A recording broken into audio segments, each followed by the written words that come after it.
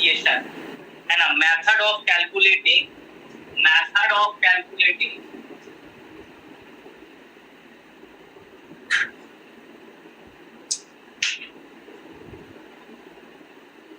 method of calculating depreciation। क्या था guys? Method of calculating depreciation, ये टॉपिक चल रहा था guys. Method of calculating depreciation क्या चल रहा था? Methods of calculating methods of calculating depreciation, है ना, method of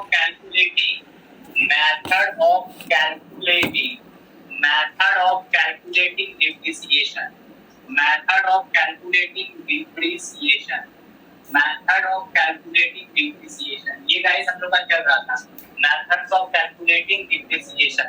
तो गाइस इसमें हम लोग एक मेथड हम लोग अपने नोट्स प्रीवियस नोट से मिलाओगे तो पता चलेगा एक मेथड को गाइस हमने कर दिया था।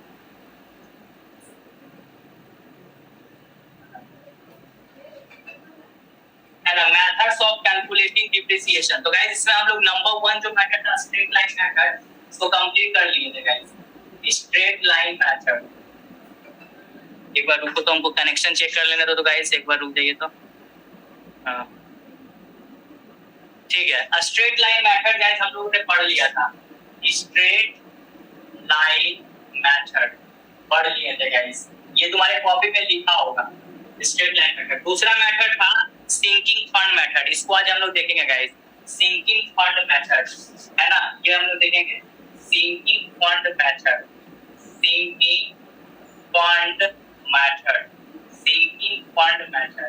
है ना गाइस, सिंकिंग फंड मेथड है कि नहीं, सिंकिंग फंड मेथड, ठीक है।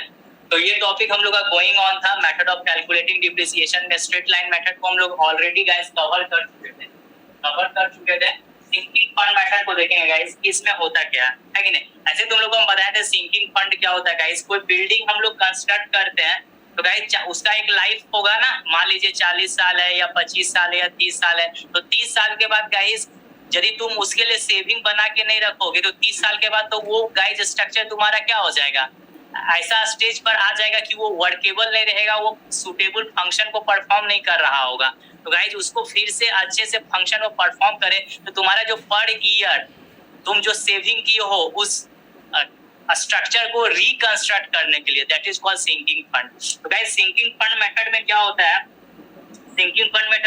है, इस चीज को समझते हैं, है ना। डिप्रिसिएशन का मतलब क्या होता है गाइस, तुमको पता है, डिप्रिसिएट करना मतलब गिरावट। डिप्रिसिएशन का मतलब क्या होता है गाइस, गिरावट, है ना, घटोतरी गाइस। तो क्या लिख सकते हो, in this method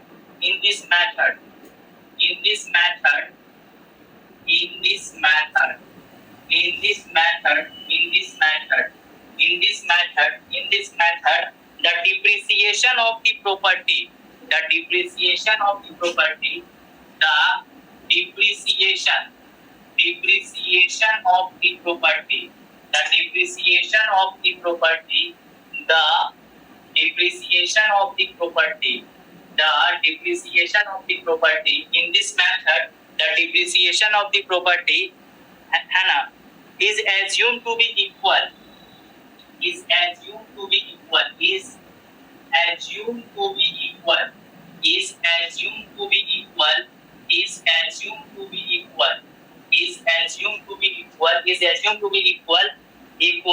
to the annual sinking fund, इसको फिर से गाइस है ना अर्थमेटिकली समझाते हैं। is equal to the annual sinking fund,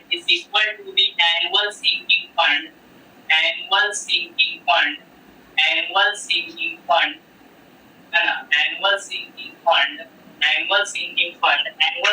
fund plus interest, है ना गाइस, plus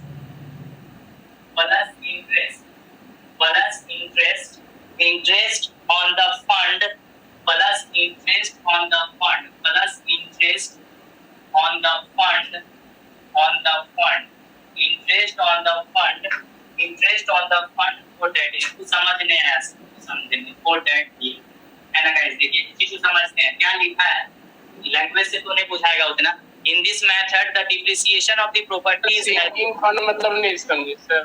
सिंकिंग फंड का तो एक्सप्लेनेशन दिया ना गाइस कि नहीं पता यार, यानी पूरा भूल गए वो कॉन्ट्रैक्ट्स लगता है पूरा ही। नहीं सर ये सब पढ़ रहे हैं सर, लेकिन सर हम एक्चुअली इसको रिलेट नहीं कर पा रहे हैं सर प्रैक्टिकली। सिंकिंग फंड का मतलब तुम कोई बिल्डिंग खड़ा किया, समझा?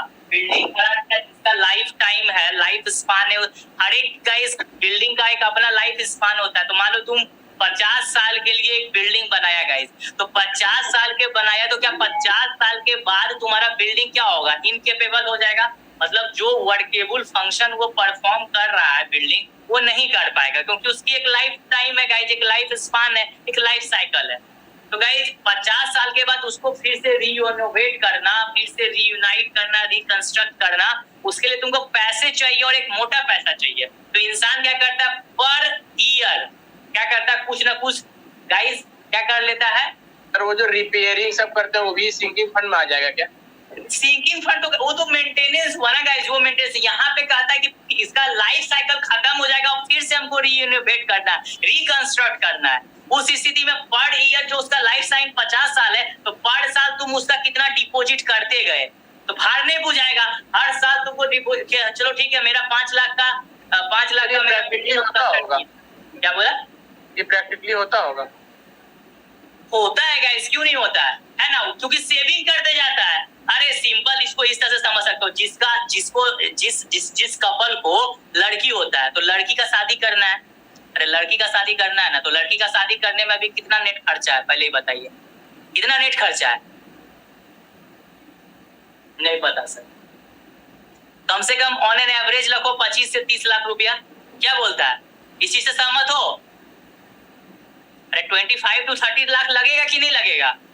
यस सर, हाँ सर लगेगा। तो घर वाला एक ही बार में तो नहीं, उसका जो मार आता है लड़की का, वो सेविंग उसका जब जन्म होता है ना, तबे से उसके नाम पे सेविंग उसका पेरेंट करना स्टार्ट कर देता है। पूछना घर वालों से, मेरे साथ तो हुआ है गाइस, मेरे पेरेंट्स ने तो ऐसा बोला है मेरे को।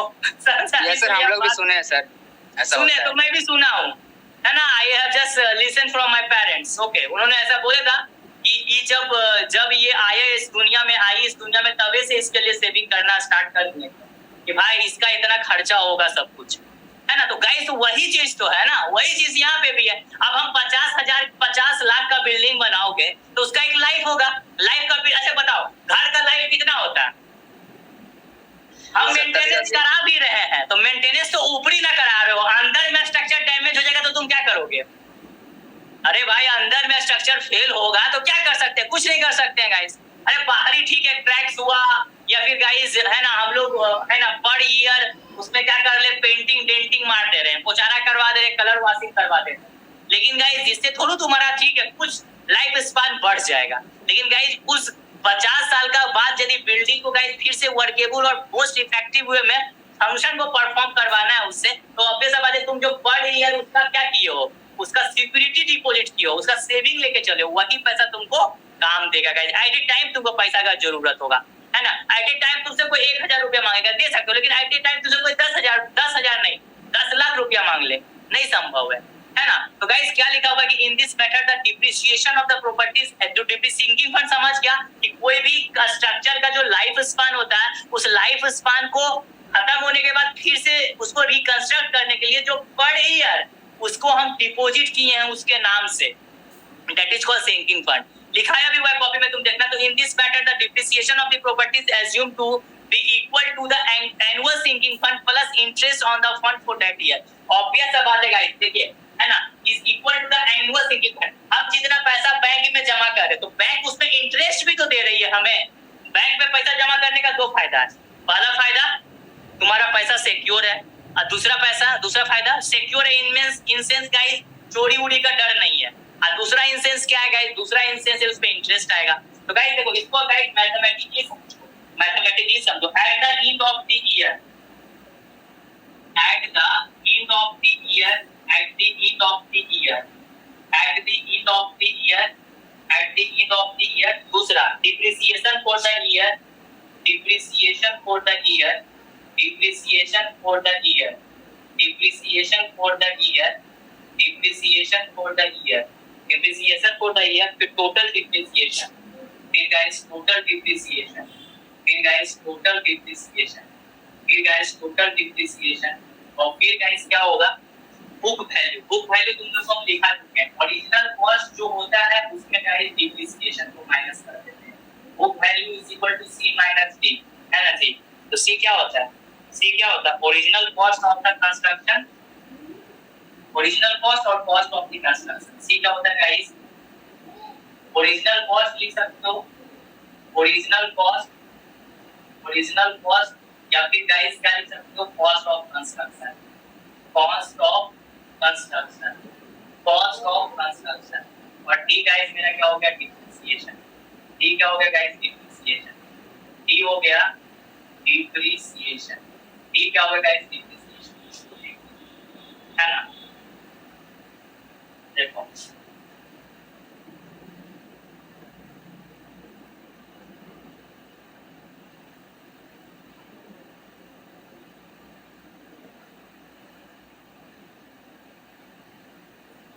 तो गाइस मान लीजिए फर्स्ट ईयर में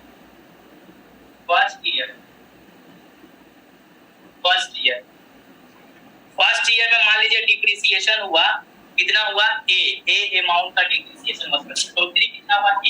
तो टोटल डिप्रिसिएशन यहाँ ए हो जाएगा। और गाइस यहाँ पे वैल्यू निकालेंगे तो क्या हो जाएगा? वो वैल्यू निकालेंगे तो क्या हो जाएगा बताओ, है ना। C minus A। Original cost तो सब जाएगा, ए डिप्रिसिएशन डी का वैल्यू कितना है? ए। सी माइनस ए जाएगा। सेकंड ईयर गाइस,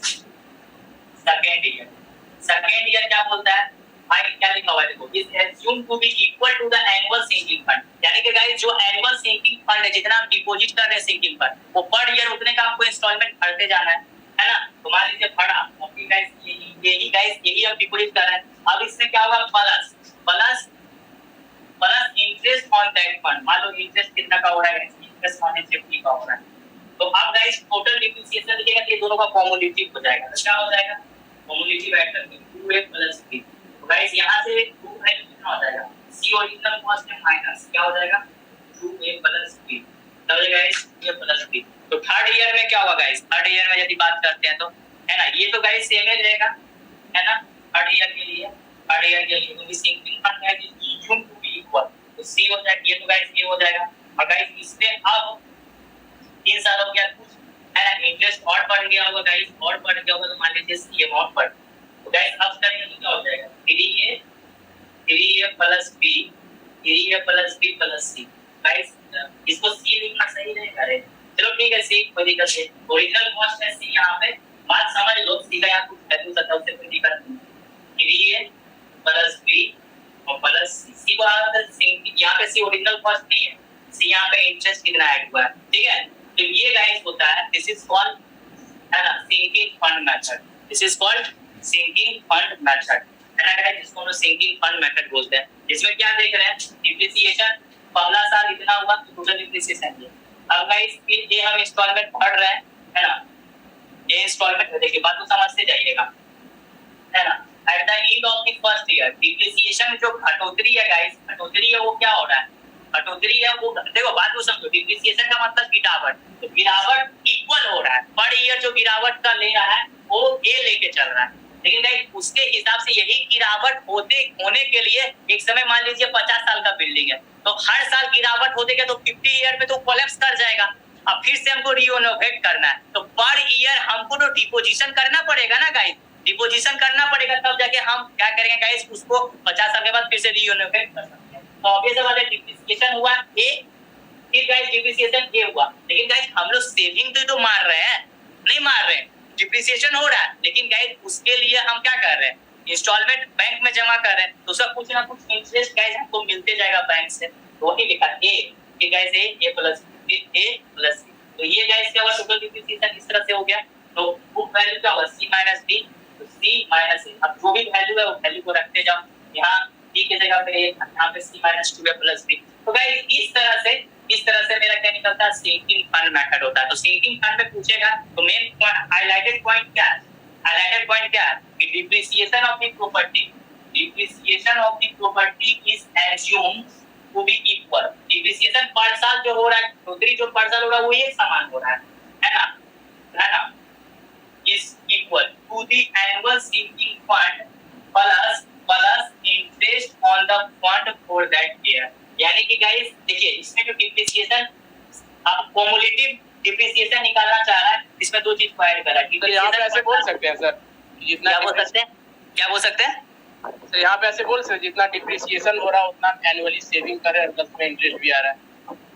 हाँ देखो इस तरह से, मतलब मेरा कहने का मतलब इसमें बीच जो मतलब टोटल डिप्रिसिएशन मतलब 2 साल का यदि डिप्रिसिएशन कितना हुआ है ना, कोई पूछेगा कि मान लीजिए इस बिल्डिंग का 2 साल का डिप्रिसिएशन घटोतरी कितना हुआ, तो है ना पर साल जितना वो घट रहा है, और दूसरा कि जो हम जमा कर रहे हैं अमाउंट एज ए सेविंग के रूप में, उस पर जो इंटरेस्ट आ रहा है उसको ऐड करो, तब जाके गाइस तुमको क्या मिलेगा, तब जाके ये दोनों साल का तुमको क्या मिलेगा, इतना घटोतरी हुआ। यानी कि 2 साल में इससे क्या समझ में आ रहा है, इसे मान लीजिए 3 साल का घटोतरी का बात करें तो कैसे घटोतरी कितना हुआ, हाउ मच द क्वांटिटी है ना has been depreciated, has been reduced, has been decrement.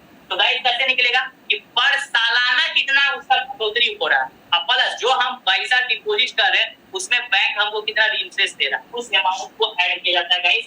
एकदम इसी तरह से लाइफ टाइम में मान लो 40 साल का, तो first year, second year, third year, fourth ऐसे चलते जाएगा कंटिन्यूटी के साथ। तो इस तरह से गाइस हम लोग निकालते हैं बुक वैल्यू, होता है सिंकिंग फंड मेथड का चीज, है ना, सिंकिंग फंड मेथड का चीज। तो ये गाइस मेरे कहने का मतलब पूरा टोटल डिप्रिसिएशन होते चला जाएगा।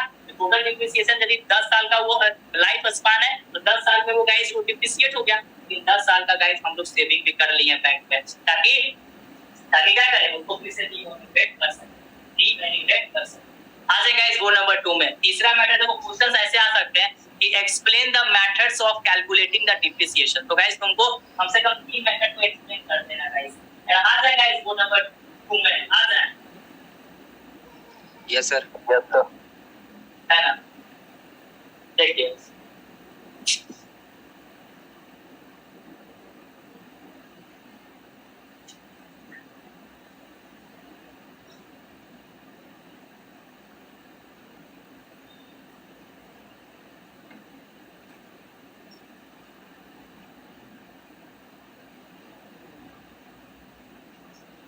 तीसरा को बोलते हैं कांस्टेंट परसेंटेज मेथड। क्या बोलते हैं guys, constant percentage method.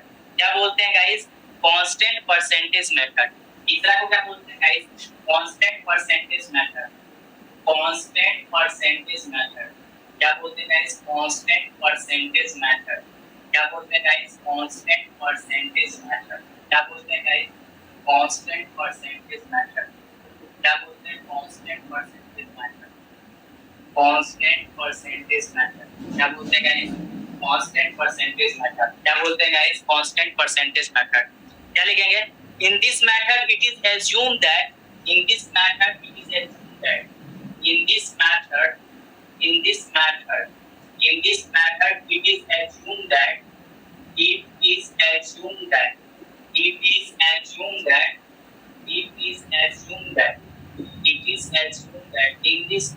it is assumed that, in this method it is assumed that, the property will lose, है ना, that the property will lose, है ना, that the property will lose its value,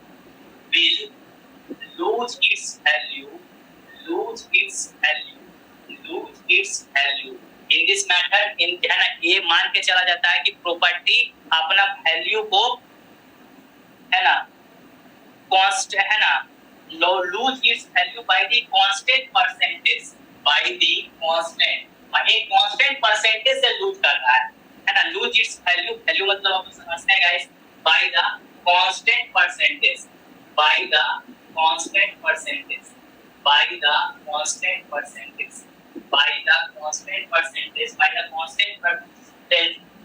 percentage है ना of the value at the beginning of every year, of the value at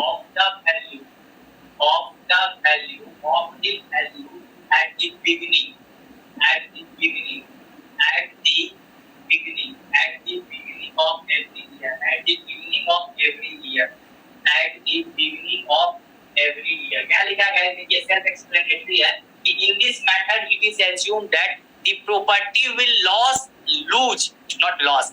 its value by the constant percentage, मतलब एक constant percentage है ना क्या लिखा हुआ है, property will lose its value by constant percentage of the value का constant percentage से लूज कर रहा है है ना एट द बिगिनिंग पर साल यानी एवरी ईयर, यानी कहने का क्या मतलब है जो उसका वैल्यू है गाइस, हर एक प्रॉपर्टी का अपना वैल्यू होगा, तो पर ईयर वो अपना क्या हो रहा है वैल्यू एक कांस्टेंट परसेंटेज से यूज करना है ना गाइस, यूज करना है।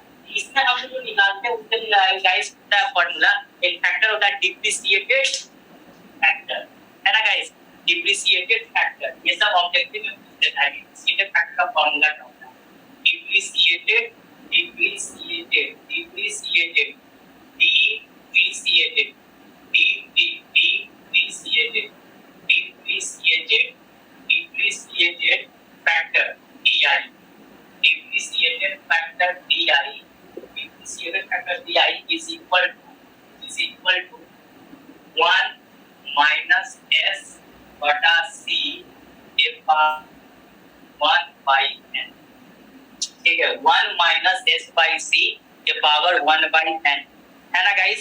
तो देखिए value of the property at the end of n year, मतलब देखो ऑब्वियस सा बात है गाइस, हम सारा चीज लिखवा देंगे, है ना, ये एक फैक्टर है, वो बात तो समझ में अच्छा चीज है, देखो हम पहले लिख देते हैं उसके बाद समझा। Value of the property, value of the property, value of the property at the end of the n year, at the end of the n year, n year, and at the end of the n year is equal to c minus 1 minus p के power n, c minus 1 minus p के power n।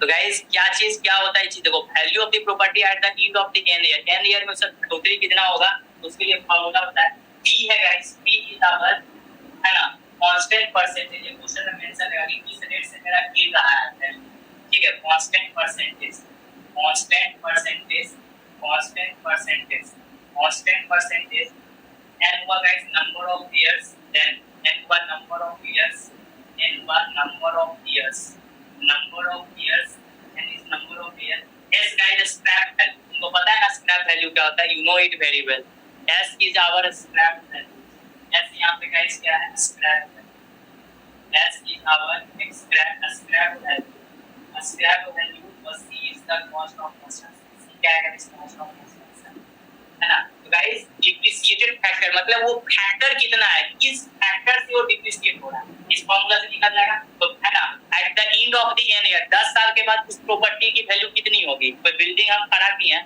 तो 10 साल के बाद उस building का rate कितना होगा, c - 1 - p के पावर n करके निकालेंगे, जहां पे c स्क्रैप वैल्यू मेरा दिया हुआ रहेगा नॉट वैल्यू, और c का cost of the construction, c guys मेरा क्या हो जाएगा cost of the construction. Guys ये क्वेश्चन इस तरह से फ्रेम हो सकता है कि एक्सप्लेन द मेथड ऑफ, है ना, है ना, मेथड ऑफ डिप्रिसिएशन, डिप्रिसिएशन का गाइस, है ना, क्या क्या मेथड होता है, क्या क्या मेथड होता है,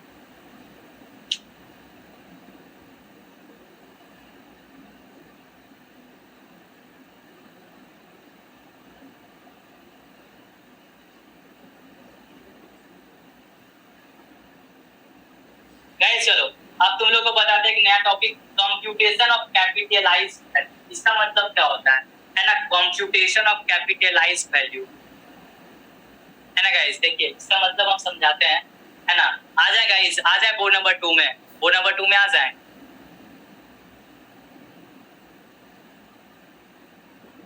आ जाए गाइस, बोलिए।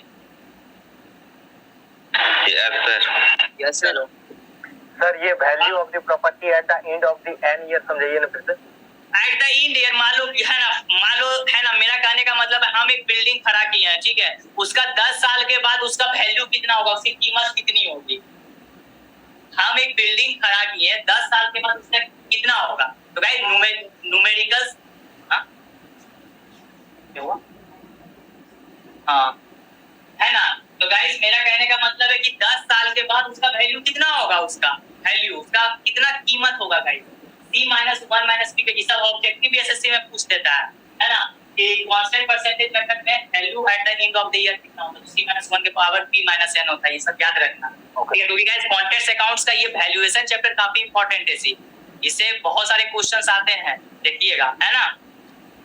तो गाइस मेरा कहने का मतलब है 10 साल के बाद उसका कीमत कैसे होगा, यही ना हुआ value of the property at the end of n year, n year में कुछ भी हो सकता है, 20 साल के बाद, 15 साल के बाद, 30 साल के बाद उसका वैल्यू क्या हो सकता है, क्या हो सकता है गाइस, है ना। अब देखो एक टॉपिक बताते हैं जो काफी इंपॉर्टेंट टॉपिक है ना गाइस, इसको भी हम लोग थोड़ा सा देखते हैं, है ना गाइस। देखिए जिसका नाम है ना कंप्यूटेशन ऑफ कैपिटलाइज्ड वैल्यू। क्या नाम है guys? Computation of capitalised values. Computation of capitalised value. Computation of capitalised value. Computation of capitalised value. Computation of capitalised value. Computation of capitalised value. Computation of capitalised value, है ना guys. Computation of capitalised value. Computation of capitalised value क्या लिखेंगे guys? Computation of capitalised value. Computation computation computation computation computation of capitalised value. Of capitalised value. Of capitalised value. Of capitalised value. Capitalised value का मतलब क्या होता है? Capital मतलब समझते हो हम लोग, इंडस्ट्रियल पढ़ के रखे हैं, है ना, पूंजी। कैपिटल का मतलब क्या होता है गाइस? पूंजी, है ना। तो इसका कैपिटलाइज्ड वैल्यू का मतलब क्या हुआ? Setting out a property to get the amount. यानी कि गाइस मेरा कहने का मतलब है setting out a property to get the amount. देखो इसको क्या मतलब हुआ, एक चीज समझना होगा। That is setting out, that is setting out, that is setting out a property, setting out a property, setting out a property to get the amount, to get the amount, to get the amount, है ना guys, to get the amount, to get the amount। इसको एक बेहतरीन ढंग से समझने का कोशिश करते हैं, है ना। computation of capitalized value, computation of capitalized value, computation of capitalized value, that is setting out a property to get the amount। Form में ही हो सकता है क्या? क्या बोले guys, क्या बोले? बोलिए कैपिटल सिर्फ मनी के फॉर्म में ही हो सकता है क्या? देखो अमाउंट का मतलब तो पैसा हो गया गाइस, है ना, और कैपिटलाइज्ड का मतलब आप सिर्फ मनी को नहीं आप इंक्लूड कर सकते इसमें। आपका गाइस कैपिटलाइज्ड का मतलब एसेट्स, हम लोग इंडस्ट्रियल में पढ़े थे ना जी। एसेट्स होता है जो भी मेरे पास संपदा है उसकी बात होती है। लैंड है, व्हीकल है, बिल्डिंग है, वाहन है, these are the guys capitals, है ना। कैपिटल्स में इंक्लूड। अमाउंट मतलब रिस्पेक्टिवली ये पार्टिकुलरली स्पेसिफाई कर रहा है पैसा को, मनी। तो guys setting out the property to get the amount. इंसान गाइस क्या करता है? कम पैसा में प्लॉट किन लेता है। अभी क्या है, कहीं बिक्री हो रहा है, बोल रहा है कि देखिए यहाँ लैंड बिक्री है। इंसान जो होशियार रहता है क्या करता है गाइस, क्या किया? एसेट बना लिया, है ना।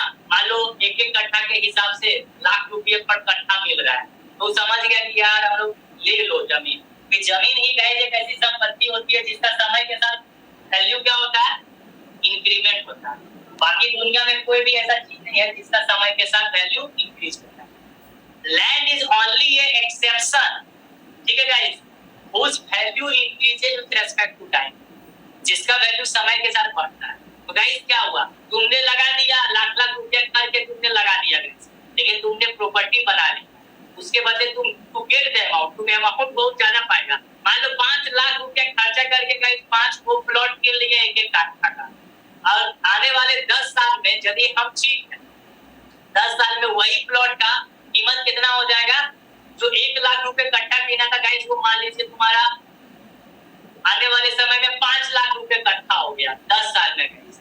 तो सोच लो एक प्लॉट में तुम मात्र 1 लाख का इन्वेस्टमेंट किया था, आज तुमको वो प्लॉट तुमको 4 लाख दे रहा है गाइस। यानी कुल मिलाकर तुम देख लो 5 पचे 25, यानी जहां मैंने 10 साल पहले 5 लाख रुपया खर्चा करके 5 को अलग अलग प्लॉट कीना था, है ना, पर प्लॉट 1 लाख रुपए के हिसाब से आज वही 5 प्लॉट को हम बेचते तो 25 लाख रुपया हम अर्न कर सकते। यानी कितना का प्रॉफिट हुआ? 20 लाख रुपीस हम आगे बढ़ गए गाइस। कीमत है ना 100,000 बराबर 1 लाख होता है गाइस। 100,000 बराबर 1 लाख होता है। 100,000 बराबर 1 लाख। तो वही बताना चाह रहा है, setting out a property to get the amount. इंसान प्रॉपर्टी बना, जो अच्छे इंसान होते जब नौकरी में आता है ना गाइस, तो नौकरी में आने के साथ वो प्रॉपर्टी बनाना स्टार्ट करता है। क्यों? क्योंकि उसको पता है कि हमारी नौकरी का कोई लाइफ नहीं है गाइस। 50 साल के बाद रिटायरमेंट हो जाएंगे, तो हम तो सेविंगे से उस समय तो तुम्हारा गाइस फिजिकली तुम वीक हो जाओगे, नहीं हो जाएगा रे कि इंसान बुढ़ापा की ओर अग्रसर हो जाएगा। आज तुम जितना एफर्ट कर रहे हो उतना एफर्ट नहीं कर पाओगे, उस समय गाइस तुमको आराम चाहिए। आराम कैसे पाओगे? प्रॉपर्टी रहेगा तब ना। तो इंसान जैसे ही जॉब में आता है गाइस, घर बनाना स्टार्ट कर लेता है, लैंड कीनना स्टार्ट करता है, जमीन कीनना, घर कीन के घर बना देगा, उसको रेंट पे लगा देगा गाइस, नहीं समझा? बिजनेस खोल देगा गाइस, बहुत सारा से प्रॉपर्टी बनाता है ताकि अमाउंट आते रहे वही चीज। तो उसी में गाइस, इसी के अंतर्गत हम लोग दो टॉपिक को कवर करते हैं, है ना। एक का नाम है गाइस ग्रॉस इनकम। गाइस देखिए, सैलरी आती है घर में, देखो यदि तुम्हारे पिताजी जॉब करते हैं या मम्मी जॉब करती है, तो गाइस होता क्या है गाइस, कि यदि तुम्हारे पिताजी का सैलरी गाइस मान लीजिए 40,000, तो घर चलाना है, घर में मान लीजिए गाइस, है ना, कुल मिला के 6 मेंबर्स, 2 भाई 2 बहन, एक मम्मी एक पापा, तो 6 मेंबर्स हो गए गाइस। अब आपको बात बताओ, सभी कोई, मम्मी तुम्हारी हाउस वाइफ है, पापा एक सोर्स ऑफ इनकम। तो गाइस यदि उनकी सैलरी 40,000 है, तो सोचो यार, दूध का खर्चा देना है, बिजली बिल देना है, रेंट पे करना है, फिर गाइस इसेंशियल महीना का जो इसेंशियल रिक्वायरमेंट है वो फुलफिल करना, ये सारा फुलफिल होने के बाद 40,000 में मान लो उनका 30,000 रुपया तो चल गया ऐसे, यही सब में, है ना, मेंटेनेंस में, रिपेयर में, school fee, tuition fee, college fee, समझ रहा है। तो गाइस बचा कितना? 10,000। तो 10,000 का वो सेविंग पर मंथ कर रहे हैं। तो गाइस ग्रॉस इनकम तो बोलने का है ना, कोई बोलता है अरे यार तुम्हारे पापा का तो तनख्वाह 40,000, अरे बाबा 40,000 है तो मेरा पिताजी का तुम सिर्फ ये देख रहा है 40,000 महीना का तनख्वाह, किंतु 40,000 जब मेरा पिताजी के अकाउंट में जा रहा है तो बच कितना रहा है भाई, उस पर ना बात करो। तुम सीधे 40,000 गिन रहा है, और मेरे दृष्टिकोण में तो 10,000 है। जितना हम सेव कर पा रहे वही ना मेरा पूंजी हुआ यार।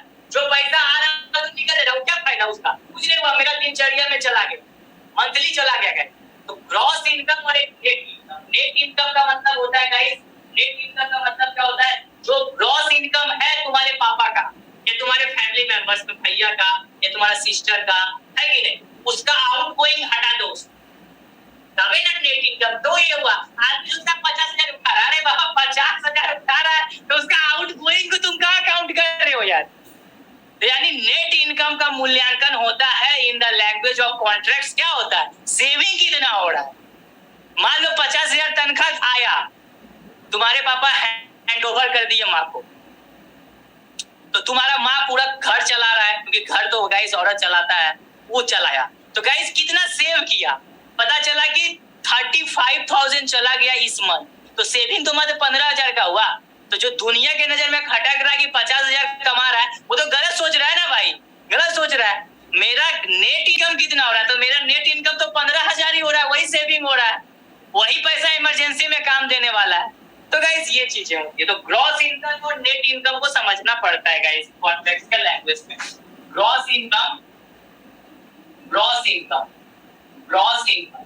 है ना, ग्रॉस इनकम गाइस कितना हो रहा है भाई, कुल मिलाकर मंथली सैलरी कितनी बनती है ना गाइस, ग्रॉस इनकम, है ना। अब मान लो तुम्हारे जॉब लगता है, तुम्हारा जॉब लगा गाइस, तुम्हारा स्टार्टिंग सैलरी गाइस 4200 में होता है 45,000 से, है ना। मान लो एसएससी का नौकरी लगा, तो ठीक है, लगा तो तुम्हारा स्टार्टिंग सैलरी कितना एसएससी तुमको बियर करेगा गाइस, तुमको 42 का पे स्केल में 40,000 रुपया स्टार्टिंग सैलरी तुम्हारा रहेगा, 40 से 45 के बीच में रहेगा। तो गाइस उसी बीच में तुम्हारा, ठीक है, अभी तुम बैचलर हो, लेकिन 2-3 साल के बाद तुम मैरिड हो गए, फिर उसके बाद गाइस तुम्हारा और एक आ गया, तुम्हारा प्रोडक्ट आ गया गाइस, तो 2 से 1 थे तुम, सिंगल एक थे, 40,000 रुपया खुद एंजॉय करते थे या मम्मी पापा को कुछ भेज देते थे।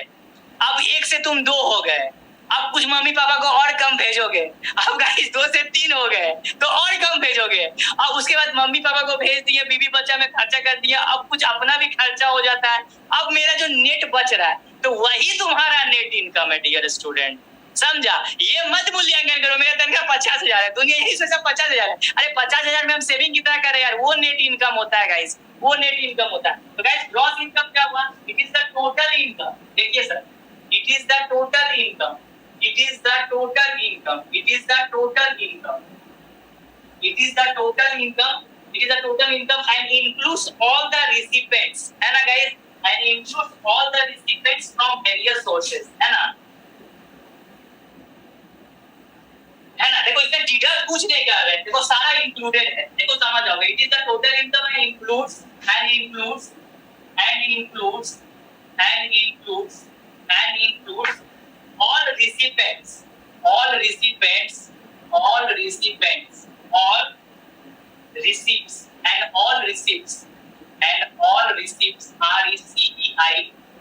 RECEI है guys, receipts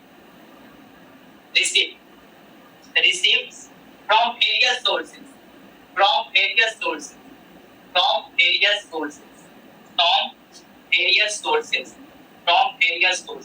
है ना, from various sources है ना, the outgoing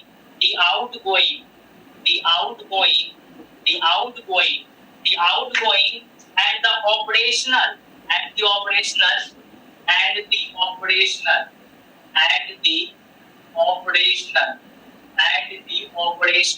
the operational and collection charges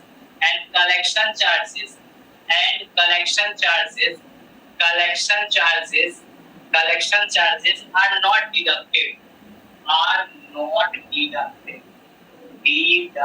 देखो, अरे इसको ना लेमैन के शब्द में समझो, है ना, लेमैन मतलब सरल और साधारण भाषा में कहना क्या चाहते हो, anything that reduces man effect, हर एक चीज जो मशीन की काम, मनुष्य की काम आसान बनाती है, मशीन है गाइस। तो ग्रॉस इनकम का गाइस लेमैन के शब्द में क्या हुआ, ग्रॉस इनकम का मतलब मेरा मानसिक तनख्वाह, मेरा मानसिक मानदेय, मेरा मानसिक कमाई, मासिक monthly income guys, that is called gross income.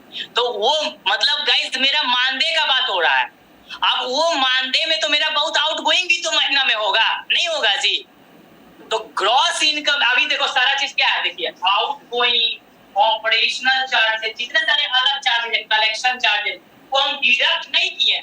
मतलब 50,000 मेरा अकाउंट में गवर्नमेंट सप्लाई किया, या बिहार गवर्नमेंट, झारखंड गवर्नमेंट, या फिर स्टेट गवर्नमेंट या सेंट्रल गवर्नमेंट सप्लाई किया मंथ में, है ना, 50,000, तो उसमें गाइस पूरा एडेड है, दूध को चार्ज देना है, दूध वाला को पैसा देना है, रेंट देना है गाइस, है ना, यदि तुम फैमिली को रखे हो तो फैमिली का खर्चा है गाइस। तो ये सारा चीज को तुम वही 50,000 में मैनेज करोगे उस मंथ, उसके बाद जो पैसा बचा that is your net income, उसको ना तुम कितना सेविंग कर पा रहे हो guys, that is your net income. Okay, तो ग्रॉस इनकम का मतलब मासिक मानदेय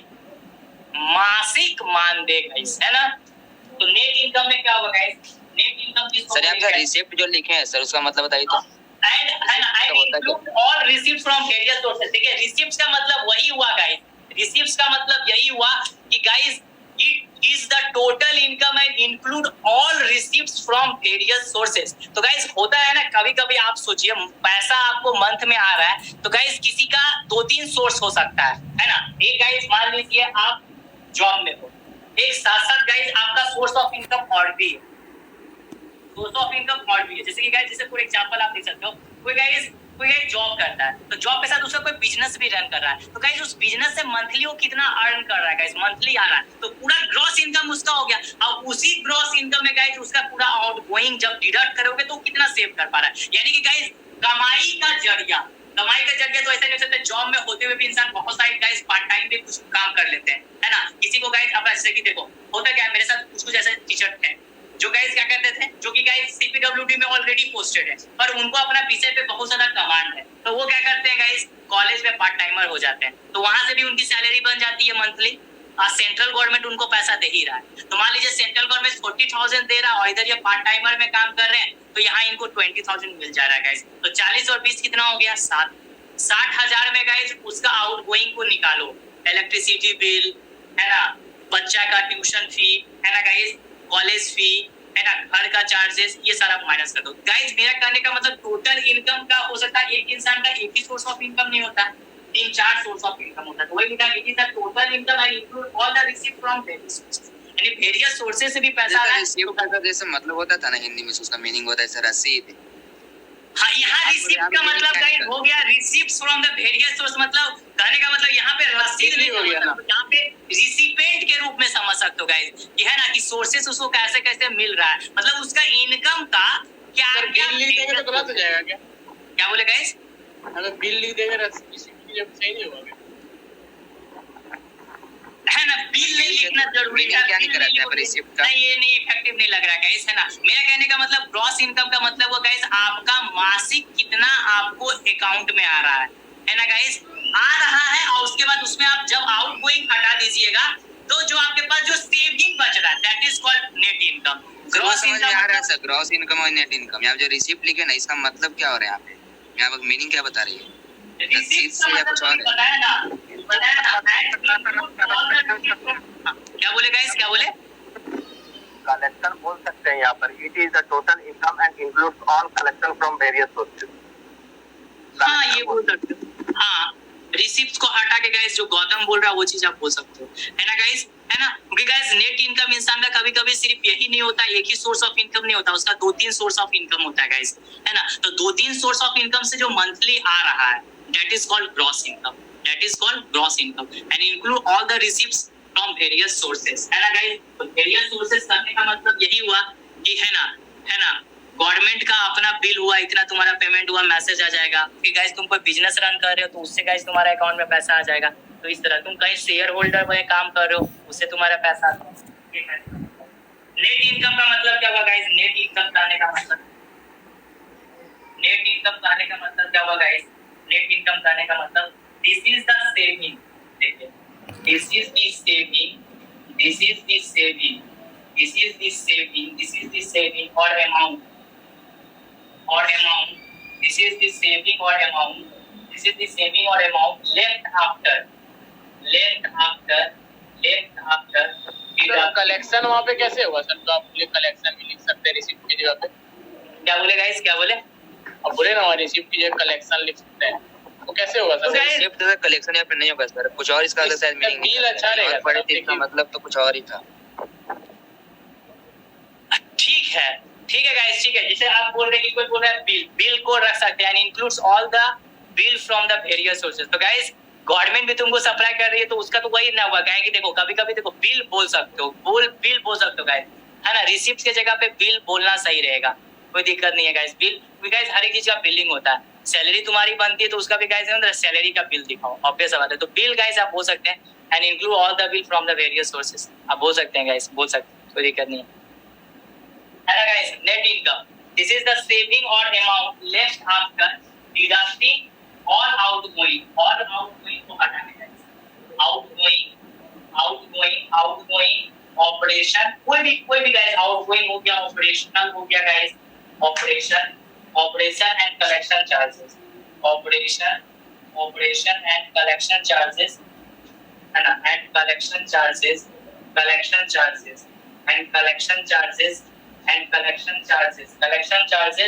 from the gross income, from the gross income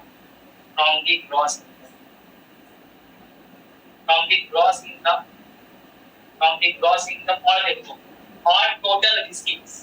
तो सही बात है, बिल बोल सकते हो गाइस क्या? यहाँ से तो देखो ये स्पष्ट हो ही गया, ग्रॉस इनकम या टोटल रिसीप्ट्स, तो जितना रिसीप्ट्स आया तो बिल बोल सकते हैं गाइस, क्या हाँ नहीं बोल सकते हैं जी? ग्रॉस इनकम या टोटल गाइस। सर बिल बोलना सही नहीं होगा, क्योंकि बिल सर वहाँ होता है जब हम लोग सामान का लेन देन करते हैं और उसके बदले पैसे देते हैं, तो वो बिल होता है। यहाँ पे रिसिप्ट मतलब हो जाता है कि मतलब कि प्रमाण रहता है। अच्छा ठीक है सर, ठीक है चलो ठीक है, अच्छा ठीक है, हाँ ठीक है। मान लीजिए गाइस कहीं पे आप कॉन्ट्रैक्ट पे जॉब कर रहे हैं, तो गाइस कहीं वैकेंसी निकलती तो बोलता है ना कि तुमको अनुभव दिखाना होगा, तो तुमसे वो बोलता है ना गाइस कि तुम इससे पहले जिस फर्म में काम कर रहे थे उसका हमको पेमेंट रिसिप्ट चाहिए, पर मंथ हिसाब से वो पेमेंट रिसिप्ट तुमको देता है ना। रिसिप्ट क्या हुआ गाइस? रिसिप्ट का पेमेंट का रिसिप्ट चाहिए हमको, तभी ना हमको पता चलेगा कि तुम उस फर्म में काम कर रहे हो। जैसे एटीएम से पैसा निकलता उसमें भी तो देता है ना रिसिप्ट, उसको भी बोल सकते हैं। वो रिसिप्ट हुआ गाइस, रिसिप्ट हुआ। तो मेरा कहने का मतलब ग्रॉस इनकम और टोटल रिसिप्ट्स, क्या ना गाइस, यानी कि टोटल अमाउंट बिल ही रिसिप्ट का सिनोनिम्स है सर। क्या बोले गाइस, क्या बोले सर? बिल ही रिसिप्ट का सिनोनिम्स है सर इंग्लिश। हाँ होता है ना गाइस। तो net income is equal to आप क्या लिख सकते हैं बताइए? That is net income is equal to क्या लिख सकते हैं?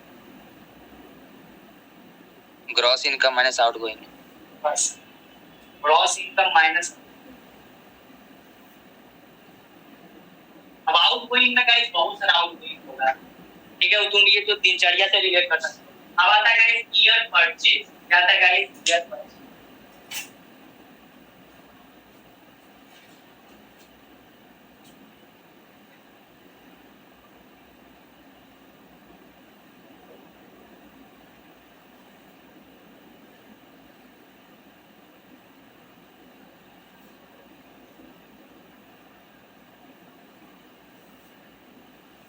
हैं बोर्ड नंबर 2 में, बोर्ड नंबर 2 में आ जाए।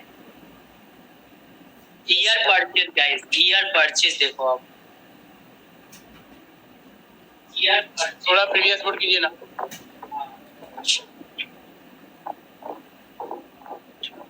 रिवीजन कर रहे हैं इस बाकी 4 पेपर का, तुम लोग 18 से एग्जाम लग गया है तुम लोग का, कर रहा है ना। कॉन्ट्रैक्ट कौन दिन है, कॉन्ट्रैक्ट कौन दिन है? 22 को है सर। चौथा दिन लगा है एग्जाम के बाद कि तीसरा दिन लगा है? सेकंड लास्ट है, सेकंड लास्ट। सेकंड लास्ट मतलब चौथा। तो तुम लोग पढ़ रहे हैं ना जी, आप बढ़िया से रिवीजन कर रहे हो कि नहीं कर रहे हो? हाँ सर, चल ही रहा है।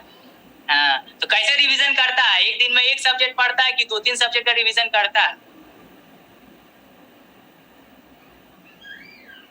बाबू रिवीजन करो, तुम लोग के साथ 2-3 चीज हट सकता है। या तो मास्टर ये सोचेगा कि ये लोग 5 सेमेस्टर फकैती मारा है, 6 सेमेस्टर में क्वेश्चन हार्ड सेट कर देगा। सर एक चीज पूछना चाह रहे थे ना, हाँ, अगर डब्ल्यूएसएम से आता है, वायलेशन से तो हम लोग पढ़े हुए हैं, तो वहाँ पे हम लोग लिख देंगे कि हम जो कर रहे हैं डिजाइन वायलेशन से, बिना लिखे? बिल्कुल लिखो in our syllabus, new syllabus there is a college का मास्टर मेथड। कुछ सर, हम लोग कॉलेज का मास्टर तो चुपचाप लिख दो, मेंशन करना है कि एलएसएम क्या डब्ल्यूएसएम। क्या बोला सर हम लोग कॉलेज का मास्टर बोला कि चुपचाप ऐसे डिजाइन कर दो, मतलब कुछ मेंशन नहीं करना है। नहीं तुम करो, वो बेवकूफ मास्टर है। नहीं सर, अभी आप क्या बोल रहे थे, इन सिलेबस और बोलिए तो लाइन वो लिखने का सही रहेगा। इन आवर सिलेबस है ना, method of design is LSM mentioned in bold letter. लिख दो, अंधा मास्टर भी देख लेगा। ठीक है, लिख दीजिए। ड्रॉज तो जरूर लिखिए, नहीं तो वो उसका दिमाग में यदि डब्ल्यूएसएम बैठा होगा तो तेरा कॉपी काट देगा वो।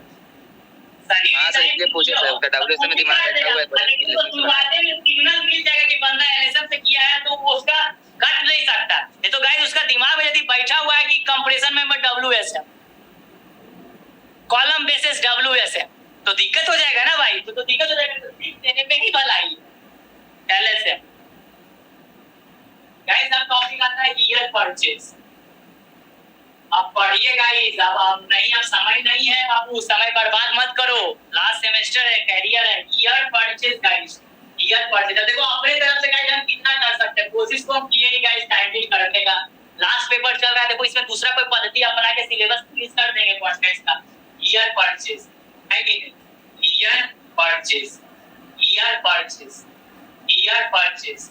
ऐसे भी सर खत्म है, कुछ नहीं इस समय, बस सब छोटा सिलेबस है, क्लास लग जाएगा तो निकल जाएगा, ये भी कोई दिक्कत नहीं है, हड़बड़ाने का जरूरत नहीं है इसमें। ठीक है, आप लोग बाकी पेपर में पढ़िए, एस्टिमेटिंग पढ़ो, डीएसएस पढ़ो, इंडस्ट्रियल पढ़ो। डब्ल्यूआरपीएम में उतना मतलब ज्यादा मेहनत नहीं जरूरत है, लेकिन शुरुआत के जो 3 पेपर है ना, इंडस्ट्रियल, डीएसएस और ये एस्टिमेटिंग, ये तीनों में मेहनत चाहिए गाइस, मेहनत चाहिए सर, स्पेशली इंडस्ट्रियल में। सर क्या बोला गाइस, क्या बोला सर? बोले इंडस्ट्रियल बहुत प्रॉब्लम कर रहा है सर। गाइस सिर्फ हम कॉन्ट्रैक्ट फिनिश कर देते ना तो हम असाइनमेंट कंप्लीट कर लेते, समझ, हम भेज देते। सिर्फ कॉन्ट्रैक्ट, अब देखो मेरा दिमाग में एक साथ 4 चीज तो चलेगा नहीं। मेरा अब टारगेट है किसी तरह कॉन्ट्रैक्ट इन लोग को फिनिश करके कम से कम ट्यूशन से रिलीफिंग हो जाए, नहीं समझा।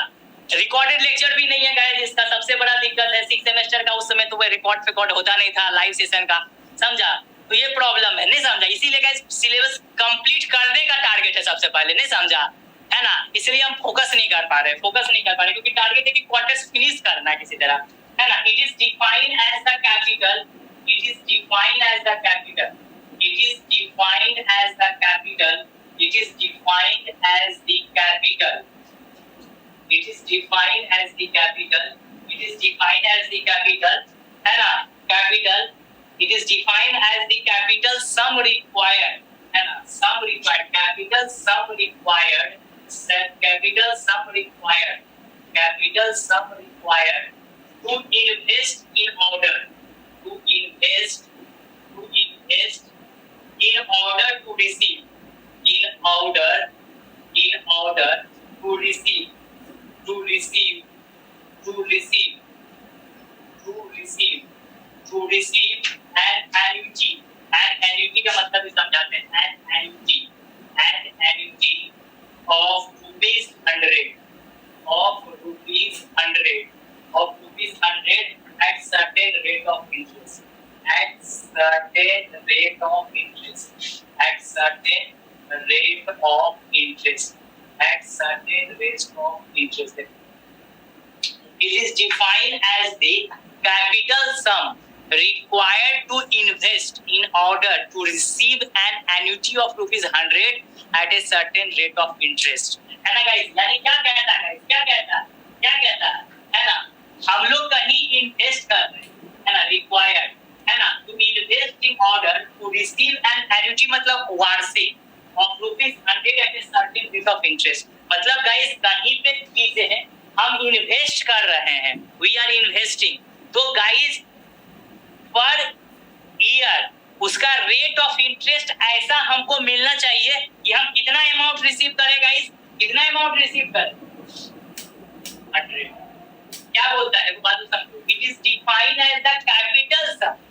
कितना कहीं हम इन्वेस्टमेंट करते हैं, कोई भी इंसान गाइस इन्वेस्टमेंट करता है ना गाइस, इन्वेस्टमेंट करता है ना गाइस. 40 का उसको 50 मिलेगा, 40 का उसको 100 मिलेगा, 40 का उसको 150, 200, 250 मिलेगा गाइस, है ना. इन्वेस्टमेंट इंसान क्यों करता है? शेयर मार्केट में इन्वेस्टमेंट करता है या कहीं और इन्वेस्टमेंट करता है, लैंड में इन्वेस्टमेंट करता है गाइस, है ना, बिल्डिंग बनाने में इन्वेस्टमेंट करता है.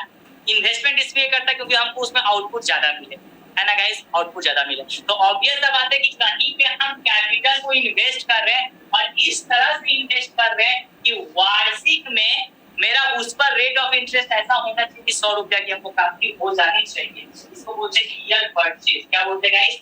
Year purchase. इसका फॉर्मूला बहुत बार क्वेश्चन पूछा है guys. Year purchase is equal to, that is year purchase is equal to, year purchase is equal to 100 बटा रेट ऑफ इंटरेस्ट. 100 बटा रेट ऑफ इंटरेस्ट. 100 बटा रेट ऑफ इंटरेस्ट. गाइस 100 बटा rate of interest कैसे लिखते इसको guys, है ना. 100 बटा रेट ऑफ इंटरेस्ट होता है 1 बटा गाइस आई लिखते हैं गाइस, 1 बटा आई रेट ऑफ इंटरेस्ट गाइस, 1 बटा आई, है ना गाइस, है ना. यानी कि गाइस देखो where SI is equal to sinking fund coefficient. ये गाइस गिवन रहेगा क्वेश्चन. एसआई गाइस सर इसको फिर से रिपीट कर दीजिएगा, वर्ड जितना वर्ड के हां एक बार फिर समझा दे, डोंट वरी.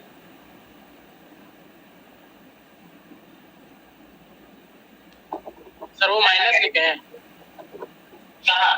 नहीं, इक्वल टू. क्या बोलता है गाइस, देखिए it is defined as the capital sum required to invest. यानी कि गाइस हम इतना सम को इन्वेस्ट किसी जगह पे कर रहे हैं कि हमको उस पर रेट ऑफ इंटरेस्ट कितना मिलना चाहिए, कितना मिलना चाहिए, इतना मिलना चाहिए कि वार्षिक हमको कितना मिलना चाहिए अमाउंट गाइस, कितना मिलना चाहिए ₹100. क्या बोल रहा है जैसे किसी को कौन समझा सकता है? ईयर परचेज क्या होता है बताओ. ईयर परचेज क्या होता है गाइस, प्रोडक्टिवली बताइए तो क्या होता है, क्या होता है गाइस, क्या होता है ईयर परचेज किसे बोलते हैं जी, बोलो. ईयर परचेज किसे बोलते हैं?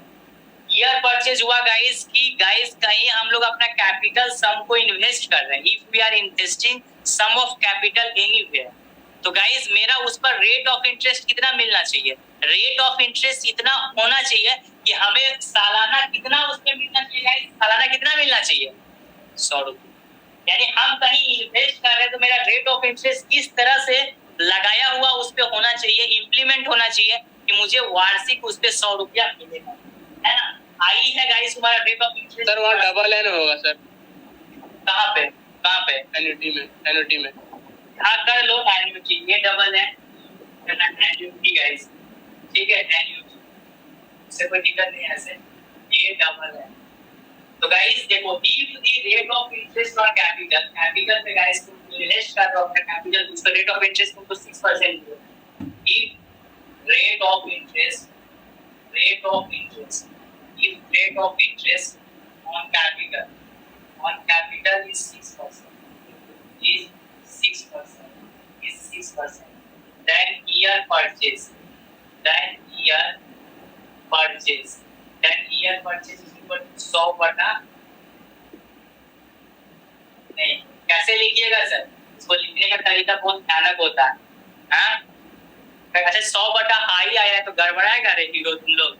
1 बटा देखो फॉर्मूला क्या बनना है 1 बटा आई, ये परसेंटेज में जाएगा तो ऊपर चल जाएगा ना गाइस, अरे 100 रेट ऑफ इंटरेस्ट समझ गए जी, 1/i के फॉर्मेट में, तो i तो परसेंटेज में रहेगा, rate of interest guys percentage में रहेगा, रेट ऑफ इंटरेस्ट किसमें रहेगा गाइस परसेंटेज में, तो ये तो ऊपर चलेगा तो 100 जो है परसेंटेज मतलब पर 100, समझ रहे हो क्या हो रहा है फॉर्मूला, यानी देन ईयर परचेज कितना होगा, कौन बोलेगा, बोलो तो कौन होगा, कितना होगा, कितना होगा 1/i, यानी गाइस क्या हो गया 1/6/100, यानी गाइस 100/6, यानी गाइस कितना हो गया 16.6 ईयर परचेज, है ना, है ना, यानी कि गाइस इसका मतलब क्या समझ में आया गाइस, ये बताइए पहले, इसका मतलब क्या समझ में आया, ईयर परचेज का मतलब ये कितना समझ में आया गाइस, कितना क्या समझ में आया, सिंबल दे दीजिए सर। हाँ क्या समझ में आया बताओ तो, बोले सर परसेंटेज का सिंबल वहां दीजिए। हाँ यहाँ पे ना rate of interest in percentage कर दीजिए, ज्यादा हो इसका, rate of interest in percentage, obvious है, देखो गाइस यहाँ लिखने की जरूरत नहीं, यहाँ अंडरस्टूड है ना, ये मत लिखो क्योंकि गाइस ये 6% तो 6/100 होता है, 100/6, समझे ये फार्मूला कैसे है, यानी कि बेसिक फार्मूला ईयर परचेज का क्या होता है, यही होता है 1/i गाइस, 1/i, 1/i। अच्छा गाइस तो इसका मतलब क्या हुआ, इसका मतलब क्या हुआ गाइस, इसका मतलब क्या हुआ, इसका मतलब यदि ईयर परचेज 16.7 का गाइस हम लोग यदि इन्वेस्टमेंट कर रहे हैं तो गाइस हमको इस पर कितना का मिलना चाहिए गाइस, ये स्टैंडर्ड है रे, ये स्टैंडर्ड है, कितना का वार्षिक हमको उस पे कितना रिसीव होना चाहिए गाइस, कितना रिसीव होना चाहिए 100 रुपया, 100 रुपया गाइस, है ना गाइस, यानी कि गाइस यदि हम धोखा लिखवा it is defined as the capital sum required to invest, यानी गाइस हम इस 14.67 इन्वेस्ट कर रहे हैं तो गाइस हमको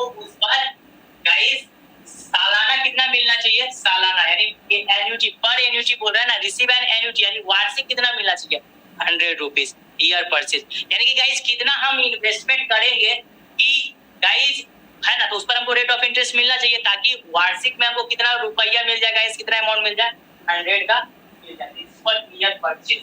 अच्छा गाइस आउटगोइंग को आप कैसे डिफाइन कीजिएगा डियर स्टूडेंट, आउटगोइंग कैसे होता है बताइए तो, कैसे होता है आउटगोइंग, क्या होता है गाइस बताओ, आउटगोइंग क्या होता है डियर स्टूडेंट, बोलो आउटगोइंग क्या, जो भी सर एक्सपेंडिचर हो रहा है ना सर, खर्चा जो भी हो रहा है ठीक है उसी अमाउंट ये को बोल रहे हैं, पूछता है कि है ना ग्रॉस इनकम का आउटगोइंग कितना लिया जाता है, परसेंटेज पूछ देता है एग्जाम में 30% गाइस, याद रखिएगा 30%, तो in general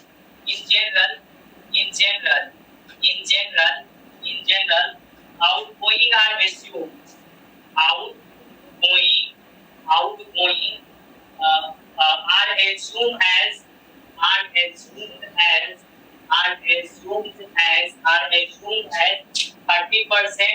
30% of the gross area, 30% of the gross area, 30% of the gross area gross income, ये पूछता है कि आउटगोइंग कितना परसेंटेज लिया जाता है, तो क्या बोलेगा गाइस, कितना परसेंटेज लिया जाता है 30%, ग्रॉस इनकम का 30%, तो गाइस देयर है ना, these are the expenses required for, ये किसके लिए गाइस, देखिए यहाँ पे कॉन्ट्रैक्ट में भी बात करेंगे guys, these are the expenses required for the maintenance of the building भी बोल सकता है गाइस, है ना, these are the expenses these are the expenses required for the maintenance of building, required for the maintenance of the building, required for the maintenance of the building, maintenance of the building, maintenance of the maintenance of the, है ना। अब guys types of outgoing थोड़ा देख लेते हैं guys, है ना, सारा आउटगोइंग किसमें आता है, टाइप्स ऑफ आउटगोइंग गाइस हम लोग, है ना गाइस, टाइप्स ऑफ आउटगोइंग क्या क्या हो सकता है ना, सारा चीज तो समझ में आ जाएगा, है ना गाइस, सारा चीज, है ना डियर स्टूडेंट, है ना, बताओ आ जाए गाइस बोर्ड नंबर 2 में, बोर्ड नंबर 2 में आ जाए, बोलो आ जाए बोर्ड नंबर 2 में, यस सर, ना आउटगोइंग में क्या क्या आता है गाइस, टैक्स भरना पड़ता है, नौकरी में इंसान आता है तो उसको टैक्स भरना पड़ेगा, पूछ लेना घर वाला यदि तुम्हारा जॉब में होगा तो वो लोग गाइस सालाना टैक्स भरता है गवर्नमेंट, टैक्सेस भरना है,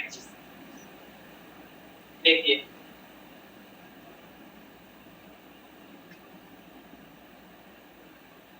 जानता है ये जो डीएसएस में तो पूरा दिमाग लगा है ना, कॉन्ट्रैक्ट में दिमाग मतलब मेरा ना अभी एक दो दिन तो लग जाएगा पांचे बनाने में हमको, उधर पूरा डीएसएस पढ़े थे ध्यान से, समझा? तो डीएसएस में पूरा मन लग रहा था, खींचा गया था सिलेबस, और अब ट्रैक चेंज हो गया मेरा, तो एक दो दिन लगेगा हमको फाते बनाने में, यही दिक्कत है। रेगुलरिटी इसमें टूट गया ना, इसमें डिसकंटिन्यूटी हो गया है ना। खैर एक दो दिन में मेंटेन हो जाएगा।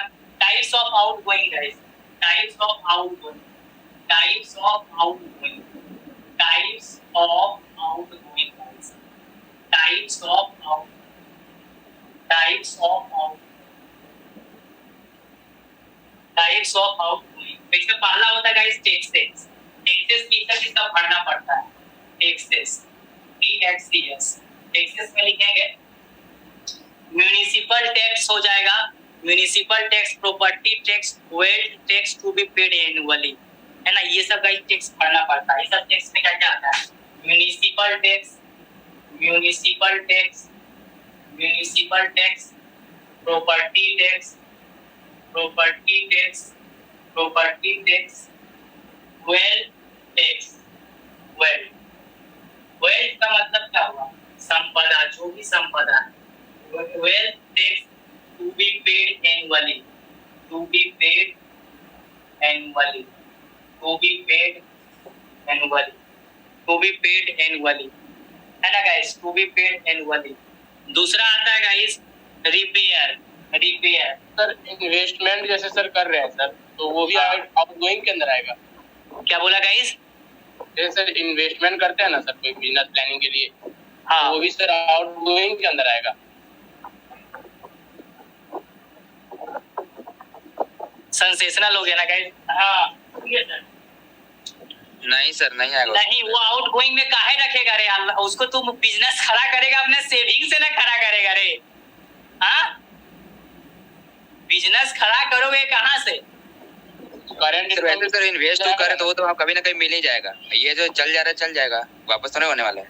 हाँ हाँ, ये बात सही है। देखो ये उज्जवल का मतलब आयुष का एक रिमार्केबल पॉइंट है। School fee, tuition fee, municipal tax जो चल जा रहा है वो कभी वापस थोड़ी होने वाला है।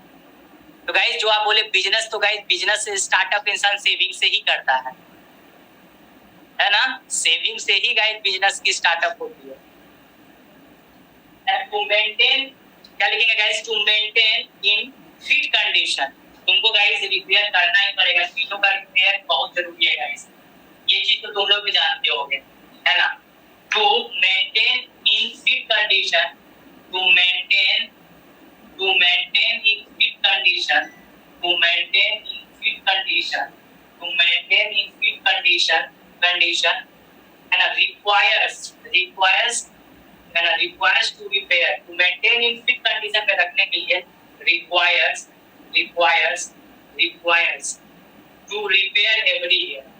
ऑब्वियस सा बात है गाइस, रिक्वायर्स टू रिपेयर करना पड़ेगा, requires every year, requires every year, है ना। 1 to 3% of the cost of construction, इतना तुम्हारा पैसा है, इतना कॉस्ट ऑफ कंस्ट्रक्शन उसका सब पैसे से परसेंटेज आता है। 1 से 3/2, नॉट 3.5 होता है, 3/2%, 3/2%, यानी 1/1 पूर्णांक 1/2 हो जाएगा ना। 3/2 का मतलब कितना हुआ, 1 whole 1/2, है ना, of cost of construction, of cost of construction, of cost of construction, cost of construction, cost of construction, cost of construction. तीसरा गाइस, तीसरा हो गया, है ना, मैनेजमेंट एंड कलेक्शन चार्जेस, जैसे कि rent collector, watchman, liftman, sweeper, ये सबको पैसा देना पड़ेगा गाइस तुमको। मैनेजमेंट, है ना, ये सब गाइस तीसरा हो गया management, management, management, management and collection charges, and collection charges, and collection charges, है ना, मैनेजमेंट एंड कलेक्शन चार्जेस। तो हो जाएगा गाइस, है ना। रेंट कलेक्टर, रेंट जो कलेक्टर है उसको पैसा तुमको देना होगा, है ना। Rent collector, rent collector, rent collector, rent collector, watchman, liftman, watchman, watchman, watchman को भी गाइस, यदि तुम अपना घर में वॉचमैन रखा है, लिफ्ट मैन को रखा है ना, स्वीपर काम करने वाला आदमी, गाइस झाड़ू पोछा देने वाला को स्वीपर बोलते हैं, है ना। उसके बाद गाइस तुम सिंकिंग फंड भी देते जा रहा है, वो भी तो आउटगोइंग तुमको रखना पड़ेगा। सिंकिंग फंड भी गाइस तुम्हारा आ जाएगा टाइप्स ऑफ आउटगोइंग, है ना। Sinking fund, sinking fund, sinking fund, sinking fund. क्या लिखेंगे? Amount kept aside to reconstruct the building. बताया ही तुमको आफ्टर इस यूटिलिटी पीरियड, जब उसका यूटिलिटी पीरियड खत्म हो जाएगा तो तुम सेव करके रखेगा, है ना।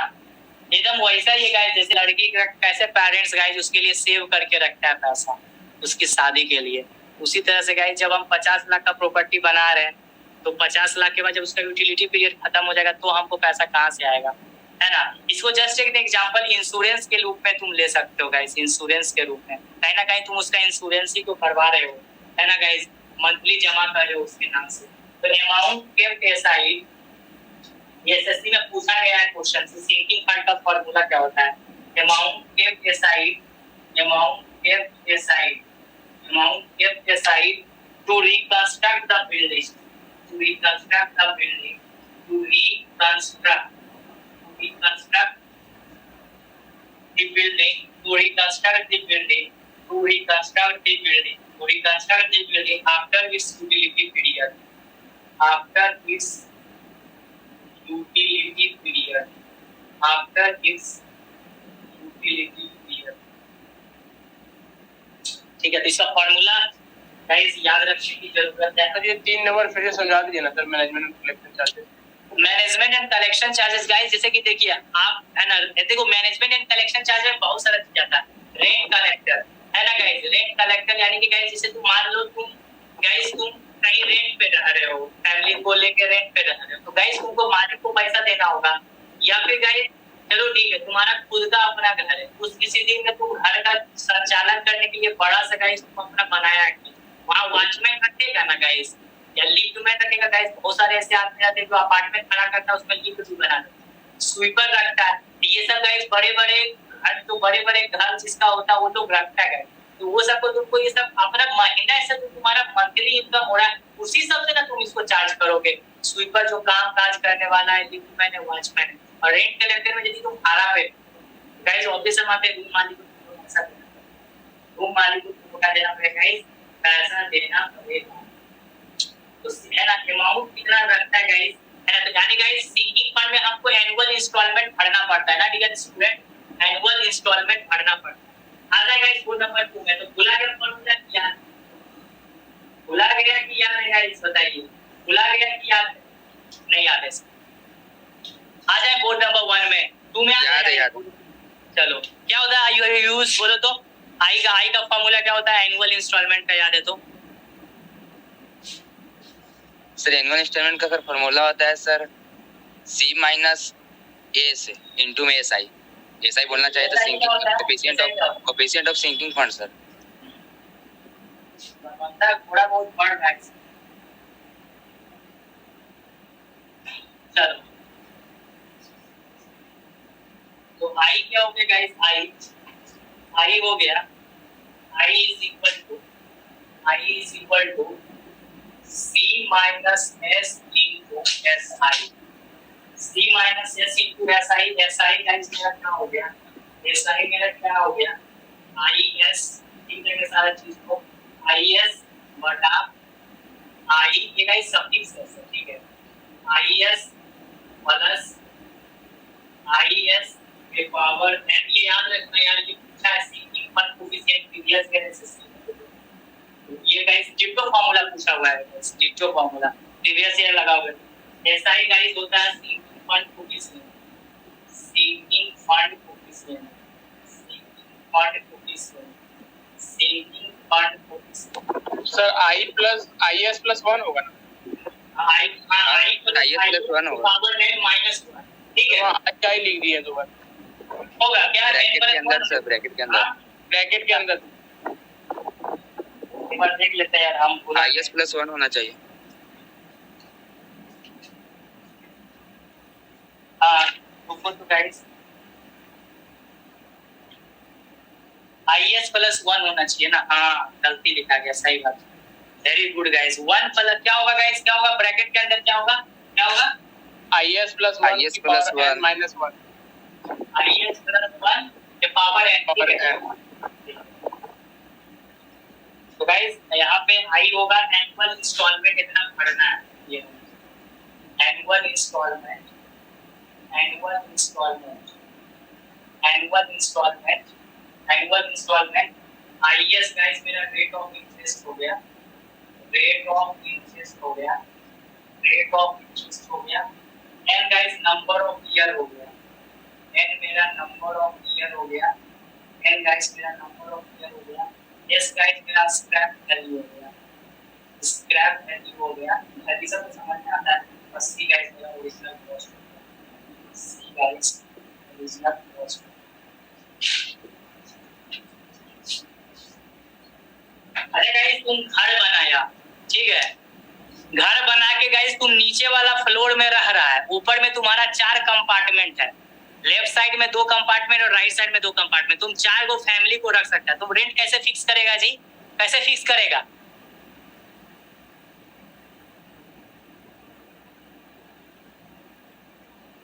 हाँ फिर से बोलिए आप, क्या बोला, फिर से बोलिए ना सर एक बार।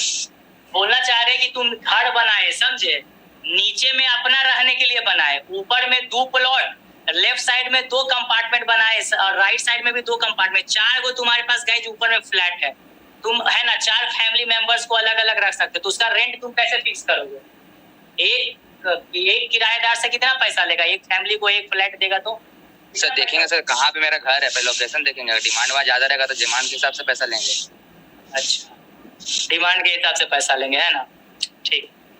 आ जाएगा एक बोल में, आ जाए।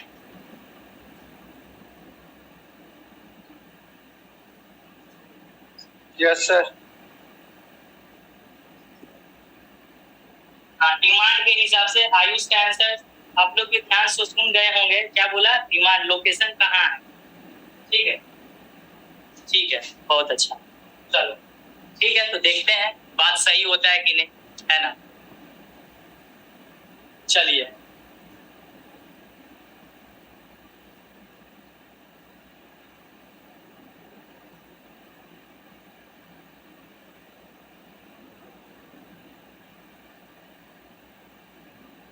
सर प्रीवियस वोट कीजिए ना। हम गाइस क्या करेंगे, डिमांड के हिसाब से चार्ज करेंगे ना गाइस, तुम्हारे हिसाब से होना चाहिए सर, डिमांड के हिसाब से। हो गया सर। अच्छा ठीक है, चलिए, है ना, rent fixation as per PWD practice, topic का नाम है रेंट फिक्सेशन, रेंट फिक्सेशन, है ना गाइस, रेट फिक्सेशन, रेट या रेट किसको लिख सकता है, रेट फिक्सेशन, है ना guys, fixation, fixation, rate fixation, rate fixation as per PW, as per PWD practice, as per PWD practice, as per PWD practice, rate fixation as per PWD practice, है ना guys, तो सुनो, the rate which can be lawfully charged to the tenant termed as standard rent। नहीं समझ में आया होगा, tenant मतलब समझता है जी, tenant का मतलब क्या होता है, the rate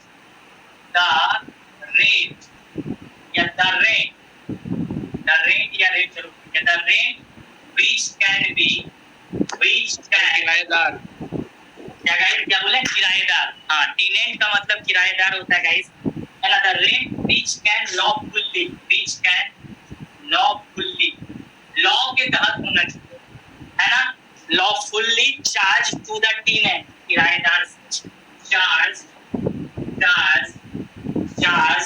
to the tenant, charge to the tenant, charge to the tenant, charge to the tenant, termed as, तो क्या बोलते हैं गाइस, टर्म्ड एज स्टैंडर्ड। क्या मतलब हुआ इस लैंग्वेज, इस इंग्लिश का मतलब क्या हुआ जी, क्या हुआ जी, इसका मतलब क्या हुआ, the rate which constitutional lawfully charge, मतलब कानूनी तरीके से गाइस, उसमें कानून का सपोर्ट पता है ना। नहीं तो गाइस कंज्यूमर फोरम में चला जाएगा कि मेरा मालिक है ना गाइस ज्यादा पैसा देता है, तो कोर्ट सील कर देगा तुम्हारा गाइस घर को। आप किराएदार किराया नहीं लगा सकते, या किराया लगाइएगा तो आप इतने पैसा ले सकते हैं। सर रेंट के लिए भी अलग से लॉ होता है सर कहाँ पे कितना मतलब rent है? ओह माय गॉड, दिल्ली जैसा शहर में रहो तब पता चलेगा तुमको, है ना। दिल्ली जैसा शहर में रहो तुमको पता चलेगा कि सर आगे शहर में इसे अलाउ नहीं है का, लॉ नहीं चल रहा है का। ओह माय गॉड, सेंसेशनल हो गया ना गाइस। अरे देखो रांची का सरकारी स्कूल और दिल्ली का सरकारी स्कूल में पढ़ो तुम लोग, पता चल जाएगा कि रांची का सरकारी स्कूल है दिल्ली के सरकारी स्कूल में, तो वहाँ पे तुम क्या पढ़ के देखा, तो पैसा तुमको लगा। वहाँ पे सर हमको ऐसा अनुभव हुआ कि प्राइवेट यहाँ का जो है ना वही फेल है। हाँ समझ गया ना, वही है दिल्ली बाबू। डीडीए का फॉर्म निकलता है बाबा, दिल्ली डेवलपमेंट अथॉरिटी है ना, DSSB, Delhi selection subordinate board junior engineer, DMRC, Delhi metro rail corporation India limited.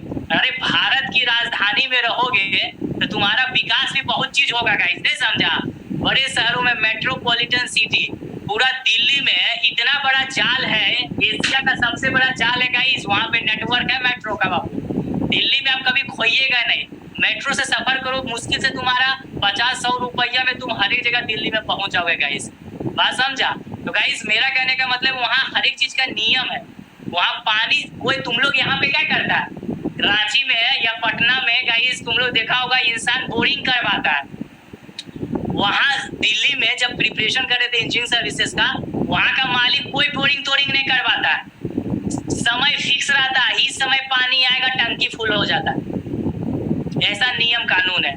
यहाँ रहेगा, यहाँ तो कोई टाइमिंग नहीं है ना, आज सप्लाई हुआ कल सप्लाई पानी नहीं आएगा, वहाँ नहीं है गाइस, वहाँ स्ट्रिक्ट नियम है, वो अलग है गाइस, है ना।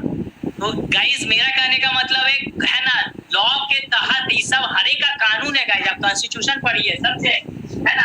तो अब सुनिए, उसको स्टैंडर्ड रेट मतलब कोर्ट के द्वारा जो रेट गाइस फिक्स किया गया, रेट फिक्स किया गया, that is called standard rate. तो अब गाइस लिख सकते हैं कि the rate fixed between the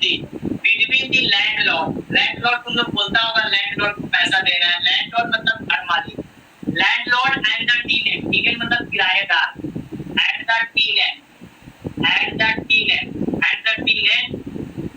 beginning of tenancy, जब किराए पर हम घर ले रहे हैं, at the beginning of tenancy, है ना गाइस। टेनेंसी मतलब जब किराए पे घर ले रहे हैं गाइस, टेनेंसी।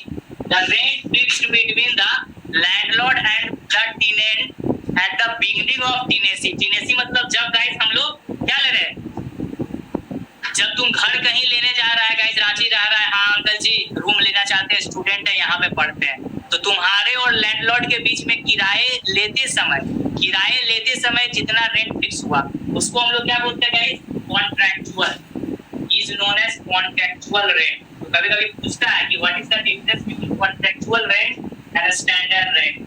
कॉन्ट्रैक्चुअल है ना guys, contractual rent, contractual rent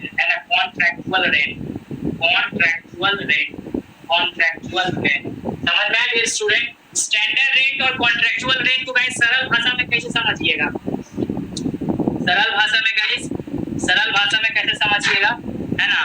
obvious बात है, according to the law guys जो रेट फिक्स हुआ स्टैंडर्ड रेट, और हमारे और मालिक के बीच में गाइस किराए लेते समय जो रेंट फिक्स हुआ that is called contractual rent guys. एक लाइन और लिख लेना, इफ द कॉन्ट्रैक्चुअल रेंट, देखो if the contractual rent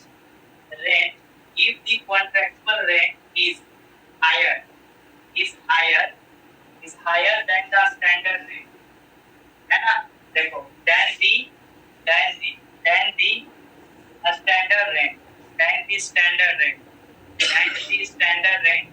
than the standard rate, the court can be reduced। देखो कोर्ट के पास पावर है कम करने का, the court can be reduced it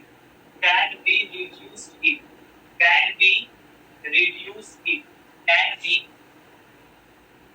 can be reduced it to the standard rate। मतलब guys क्या हुआ, मतलब यदि ज्यादा है तो घटा के स्टैंडर्ड रेट पे ले आएगा।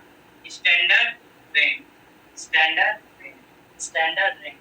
और गाइस है ना, देखिए है ना, if tenant move to the court, यदि गाइस किराएदार का दरवाजा खटखटाता है तो if tenant move to the court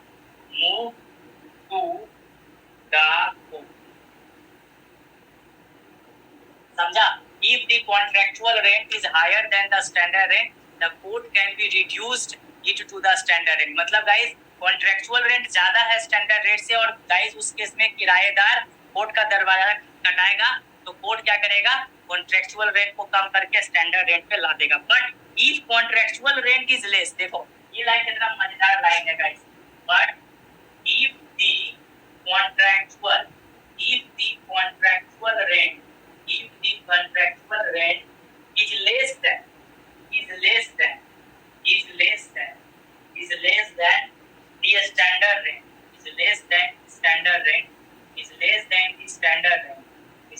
the standard rent, the court shall not increase। देखो कितना कैसा लाइन है guys, the court shall not increase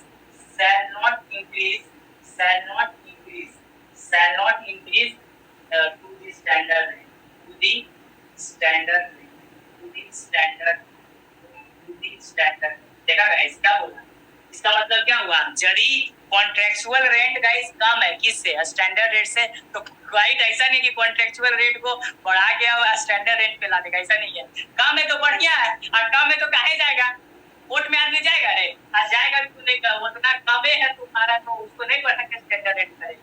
यानी गाइस कहीं ना कहीं कोर्ट तुम्हारा हक में गाइस बात करता है, हक में गाइस बात सर। हां सर अगर सर टेनेंट कोर्ट में गया वो किराया कम करवाने के लिए और मान लो कम भी कर दिया तो बाद में उसको रहने देगा। ओह माय गॉड, तुम्हारा तो साइंटिस्ट का दिमाग है गाइस, सेंसेशनल हो गया, ये तो हम सोचे ही नहीं है ना गाइस, महेंद्र सिंह धोनी हो गया। ओह माय गॉड, अगर मान से रहने भी देता तो फिर उसके साथ अच्छा व्यवहार करेगा। प्रैक्टिकल बात होता है यहाँ पे। अरे देखो हर की लड़ाई के लिए जाता है, ऐसा बात थोड़ी है, दिल्ली में कोई मनमानी कर नहीं सकता है ना। ये क्या, ये हम लोग अब रांची और पटना थोड़ी है गाइस, तो अपना है यहाँ चैन खींच देंगे तो भी हम तो महाराजा है कि नहीं। बिहार में जब ट्रेन घुसती है तो आज एक्सप्रेस ट्रेन भी लोकल और पैसेंजर हो जाता है। काहे, लालू यादव जी मुख्यमंत्री वो है ना उस समय, क्या थे, रेल मंत्री थे, बिहारी घुसेगा, नहीं समझा। लेकिन गाइस दिल्ली में कोई खींच के दिखा दे, उसके साथ देखो केजरीवाल क्या करता है। मेरा कहने का मतलब है गाइस, आप सही चीज के लिए गए। अच्छा सुनो, एक एग्जांपल देते हैं, बेस्ट एग्जांपल देते हैं, आयुष का गाइस आंसर देते हैं, है ना गाइस। पति पत्नी है गाइस, मान लो एग्जांपल देते हैं, है ना, तुम्हारा शादी हो गया, यू है ना, मेल फीमेल का जोड़ी है, लड़ाई लग जाएगा गाइस, ठीक है, लड़ाई लग जाएगा तो क्या करती है बीवी, तुमको क्या करती है, खाना बना के फिर नहीं देती है क्या गाइस। अरे मम्मी पापा में लड़ाई झगड़ा लगता है कि नहीं लगता है, तो क्या डाइवोर्स हो जाता है क्या, या फिर तुम्हारा मम्मी पापा को खाना बना के देता है कि नहीं देता, पहले ही बताओ, कि रिश्ता हमेशा के लिए खराब हो जाता है। मान लीजिए कभी हस्बैंड गाइस वाइफ पे हाथ उठा दिया तो क्या होता है गाइस, वाइफ घर छोड़ के चल जाती है क्या, हाँ, या रिश्ता हमेशा के लिए खराब हो जाता है गाइस, पहले ही बताओ। ये चीज का आंसर दो तो हम इसका आंसर दे देंगे, परफेक्ट आंसर देंगे। सर वाइफ पे डिपेंड करता है सर कि वाइफ कैसी है, कभी छोड़ भी सकती है। ओह माय गॉड, अरे इंडियन वो वाइफ का बात करो, बिहार और झारखंड का बात करो, अरे एक्सेप्शन को मत काउंट करो। रिश्ता सही रहता है कि खराब हो जाता है,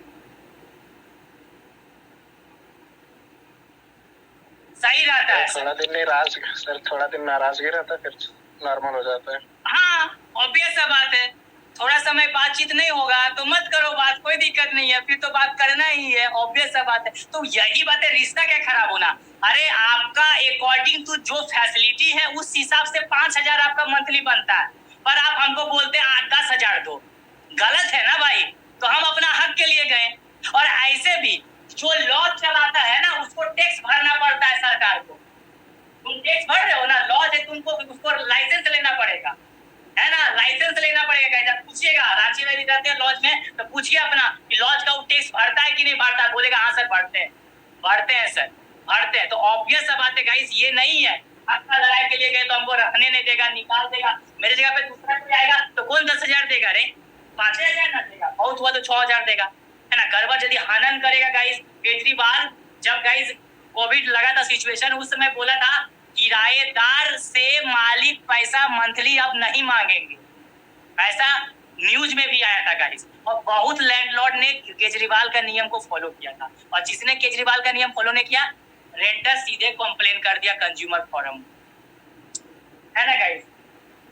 तो गाइस देखो ये मोर और लेस चैप्टर फिनिश हो चुका है गाइस, ठीक है। सर क्या बोले सर, किराएदार मालिक से क्या बोले गाइस? सर क्या बोले, किराएदार मालिक से क्या बोल रहे थे?